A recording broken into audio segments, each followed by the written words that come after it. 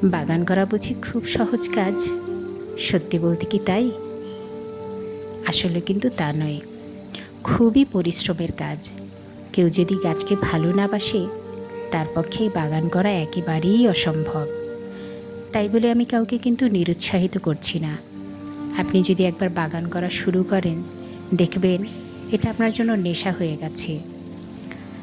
আপনি যদি একবার ভাবেন, যারা কৃষি কাজ করে ওনারা কি পরিশ্রম করেন, এবং ওনাদের পরিশ্রম আমরা যারা একটু কম পরিশ্রম করি, তারা যদি ওই কাজটি করতে যাই, আমি নিশ্চিত 1 মাস বিছানায় পড়ে থাকতে হবে ওনারা প্রতিদিন যে কাজ করেন।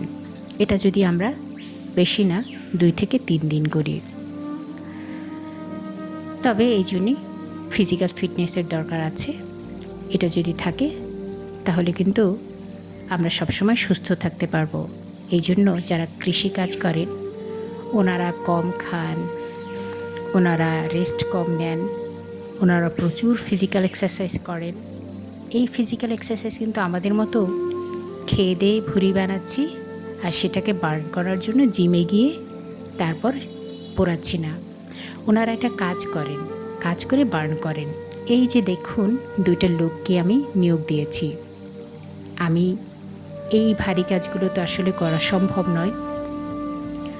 আমি যেহেতু সমতল ভূমির মানুষ, পাহাড়ি হলে ভিন্ন কথা ছিল, তখন হয়তো এর চেয়েও বেশি কাজ করতে পারতাম। আমি মোটামুটি 2-3 মাস পর পরই, 2 মাস না 3 থেকে 4 মাস পর পর এরকম আমার 2টো লোক নিয়ে কাজ করাতে হয়, যার জন্য আমার বাগানটা সুন্দর থাকে। তারপরও আমার প্রতিদিন প্রচুর পরিশ্রম করতে হয় এই বাগানের জন্য, কারণ পাতা পড়ে, সেগুলো যদি জমা রাখি তাহলে কিন্তু বাগানে রোগ পোকার আক্রমণ হয়। শুধু রোগ পোকার আক্রমণ হলে গাছের যে ক্ষতি হবে তা নয়, আমার নিজেরও ক্ষতি হবে, যেহেতু আমি খুব গাছের সন্নিকটে থাকি।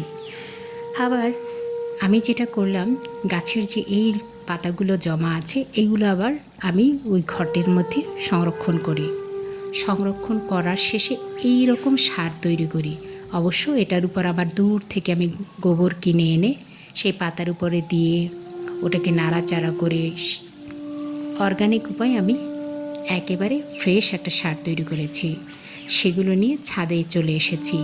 এবার দেখাবো আমার ছাদ বাগান। চাইলেই আপনি সুন্দর ছাদ বাগান করতে পারবেন।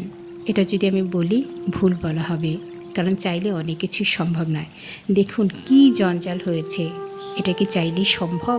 মোটেই সম্ভব না। গাছে প্রতি বছর রিপোর্ট করতে হয়, অর্থাৎ গাছের চারপাশ থেকে মাটি তুলে দেওয়া, অথবা গাছটি পুরোপুরি তুলে নতুন করে মাটি দিয়ে তারপর পটিং করতে হয়, সারযুক্ত মাটি। সেটা না দিলে গাছগুলো একদমই ভালো থাকে না। মাটিতে হলে তো গাছ নানা উপায়ে নানা রকম খাদ্য সে সংরক্ষণ করতে পারে, কিন্তু আমি যেহেতু ছাদে রেখেছি, এখানে তো লিমিটেড মাটি।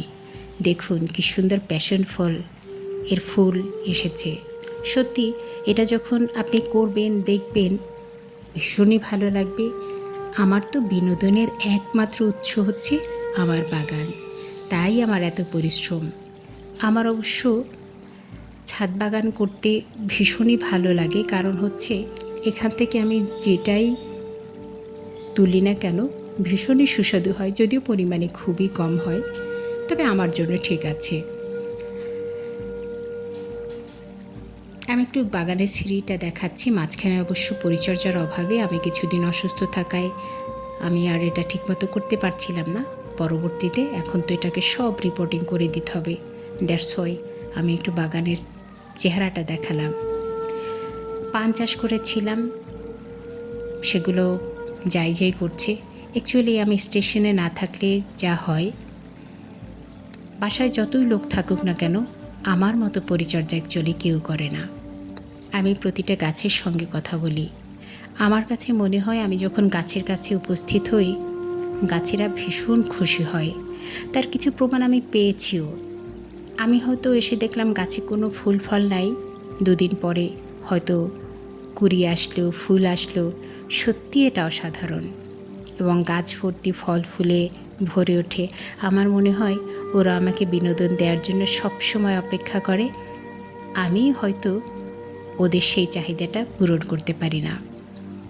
এটার অনেকগুলো কারণ আছে, আমার ব্যক্তিগত, পারিবারিক, সামাজিক নানা কারণ তো এর সঙ্গে জড়িত থাকে, এবং সবচেয়ে বড় কারণ হচ্ছে আমার শরীর। এটা অনেক সময় পারমিট করে না অনেক কিছুতেই। কী সুন্দর সফেদা এসেছে, যদিও আমি সফেদা দেখি কিন্তু খেতে পারি না। যখনই খাওয়ার সময় হয় তখনই আমি ঠিক অসুস্থ হয়ে পড়ি, তখনই আমার আবার সেই হসপিটাল, আবার সেই ডাক্তার, এই করতে হয়। বাট সারা বছর হয়তো পরিশ্রম করেই যাই। আমি ম্যাক্সিমাম সময়ই আসলে গাছের সৌন্দর্য উপভোগ করি, কারণ হচ্ছে গাছের ফল সহজেই আমি পাড়তে চাই না। আমার কাছে মনে হয় যতক্ষণ গাছে এই ফলটা ধরা আছে ততক্ষণই এর সৌন্দর্য কিন্তু বৃদ্ধি পায়। পেরে ফেললে কেমন জানি এই গাছটিকে বোচা বোচা লাগে। তো সে যাই হোক, আপনি চাইলে কিন্তু বাগান করতে পারেন, তবে নিশ্চয়ই আপনার বাগান করার জন্য সেই পরিশ্রম, সেই মন মানসিকতা থাকতে হবে। এটা যদি না থাকে তাহলে বাগান করার কোনো ওয়ে নাই। তবে শুরু করুন, দেখবেন শুরু করলে ভালো লাগবে। আমি তো প্রথমে একটা মাত্র গোলাপ গাছ দিয়ে শুরু করেছি। আমার এখনও মনে আছে, 60 টাকা দিয়ে একটা গোলাপ গাছ কিনেছি, সেইটা দিয়ে আমি বাগান করা শুরু করেছি, এবং এত চমৎকার ফুল এসেছিল। এই জন্যই বলি যে যখন আপনি বাগান করবেন সাথে সাথে বড় কোনো গাছ লাগাবেন না, আপনি ছোট্ট একটা ফুল দিয়ে শুরু করুন। ওটা যদি দেখেন আপনার হাতে ভালো হয় তাহলে আপনি একটু একটু করে আগান।